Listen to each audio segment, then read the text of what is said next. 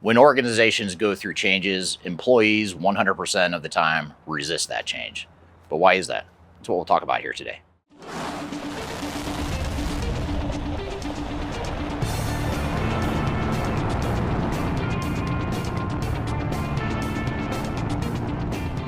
My name is Eric Kimberling. I'm the CEO of Third Stage Consulting. We're an independent tech agnostic consulting firm that helps clients throughout the world with their digital transformation journeys. And one of the things we help our clients with is organizational change management. And just real quickly, I'll share with you a fun fact, which is no matter what organization we work with, no matter how forward thinking they are, no matter how used to change they think they are, when they go through a digital transformation or any sort of business transformation, they typically find that employees in general resist change a lot more than they think. In fact, there is resistance to change in any organization.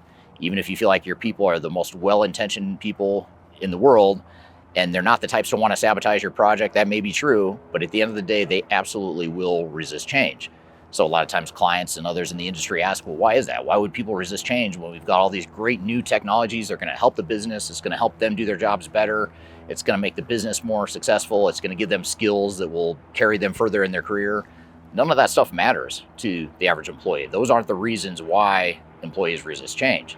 So what I want to do today is talk about those deep fundamental things that cause people within every organization to resist change. And if you'd like to learn more about change management strategies and tactics and tips for your digital transformation, be sure to download our Guide to Organizational Change Management. You can find that for free, read it for free on our website, use this QR code right here, or you can scan the links below.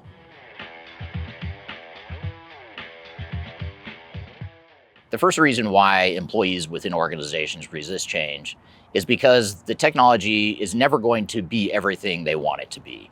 No matter how good the technology is, even if it's the best fit in the world for you, isn't going to be a perfect fit. And you're going to find deficiencies or gaps between what the technology can do and what your people think they need or what they're used to within the organization. Now, some of this is just standard human behavior. Some people just don't want to change in general. So anything, even if it's better, is harder for them because it's a change from what they're used to.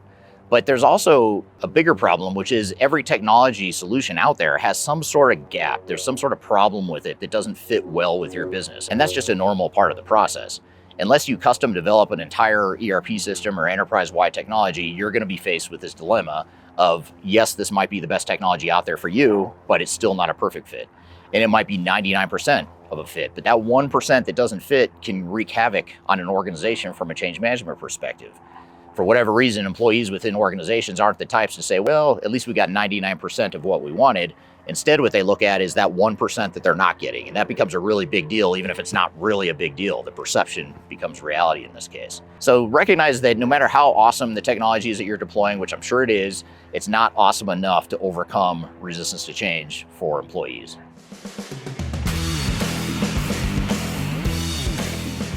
Another reason why employees resist change, and I'll argue that employees are resisting change now here in 2025 more than they ever have, is because the technology gap between what technology can do and what businesses can do and are capable of is only growing. When you look at the rapid pace of change with technology, it is growing exponentially. We're on a hockey stick curve right now. Technology has always changed faster than the ability for employees and organizations to change, but now that gap is just accelerating. It's getting bigger. That chasm is growing. You look at things like AI and analytics and robotics and automation and all this cool stuff that is going to add a huge amount of value to organizations. It's only creating a bigger gap because organizations are not changing nearly as fast as the average technology product is. And that is good news, but it's also bad news because from a change perspective, that means we're taking a bigger leap. If we're still using an old mainframe-based system or an on-premise system, and now we're going to move to a cloud-based system with AI agents and tons of automation and robotics integrated to the core solution, that change is very significant. It's a bigger gap, it's a bigger chasm, it's a bigger leap for employees within the organization, and that's just the reality of it. So if anything, change management has become even more important than it's ever been because of that chasm, that divide between what technology can do and what businesses are capable of.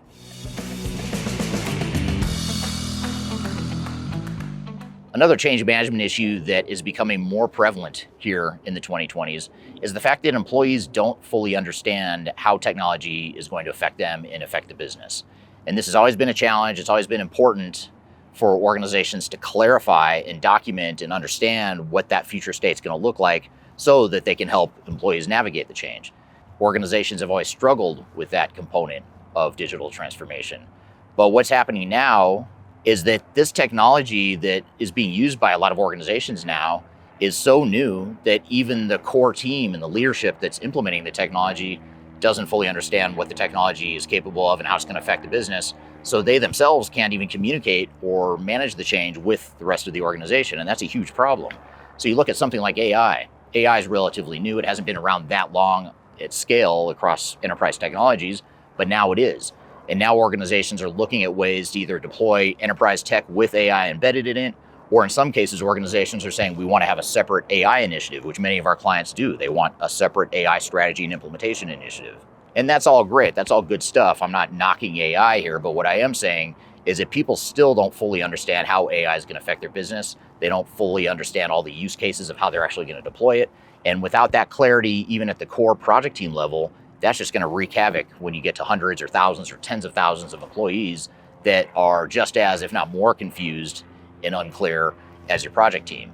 And when there's lack of clarity and when there's lack of understanding, that's when resistance to change happens, especially when the technology is perceived to be a threat to employees. And AI is absolutely perceived to be a threat to employees because they worry that AI is going to take their jobs. They've always worried about technology taking their jobs, but now they're really worried because there's tons of industry analysts and reports out there talking about millions and hundreds of millions of jobs being lost in the next X number of years, and that doesn't help matters either. So the key here is that we need to recognize that in order for us to manage change well and to overcome resistance, we have to have clarity. We have to have very clear definition of what the future state's going to be in terms of processes, how technology is going to be embedded in the processes, and ultimately how jobs are going to change and people are going to use that technology.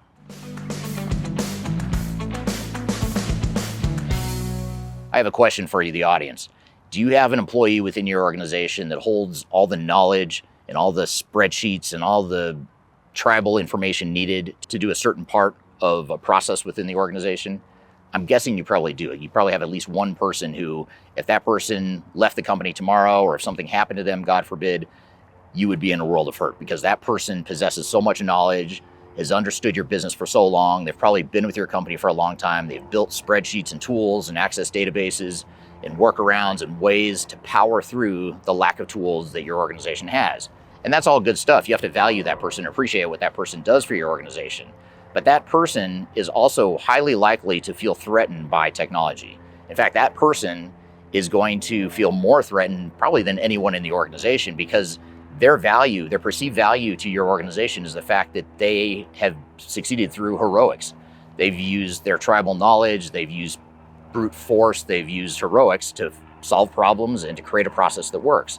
And now if you tell them you're going to put in automation or AI or some other tool that's going to automate what they take a lot of pride in, and they pride that heroic nature of their job, they are going to feel undermined in terms of the value to the organization. Even if that's not true, even if you have bigger dreams or plans for that person longer term, they're still going to be threatened by it. So the key here is to recognize that we're talking about a sense of value. It doesn't even necessarily matter that the technology is going to help make the business exponentially more successful or grow faster, more profitable. That's great, but at the end of the day, what employees really care about is their value to the organization and how much security they have in their jobs. And when that's threatened, they are going to resist change, and that's why so many employees do resist change at the end of the day.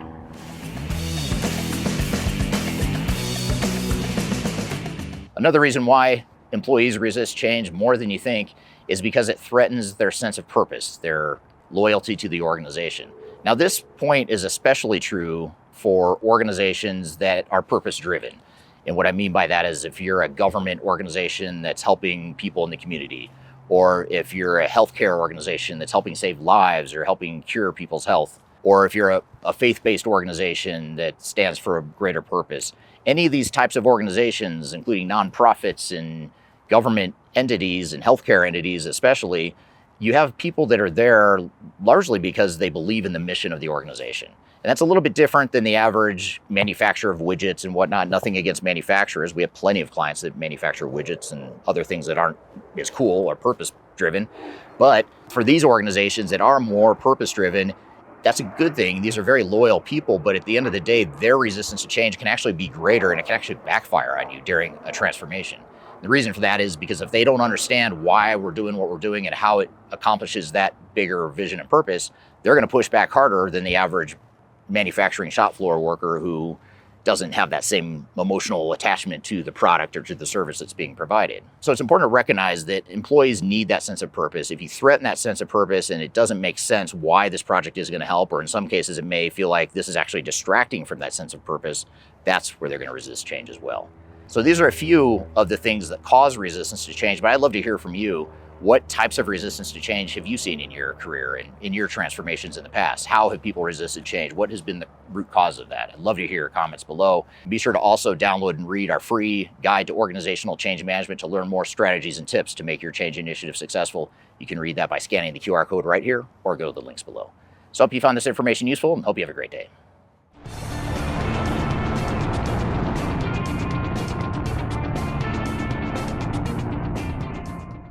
The other reason why employees resist change, and I'll add a disclaimer, no, what is the word I want? Another reason why employees resist change, and I forgot the point. Oh yeah.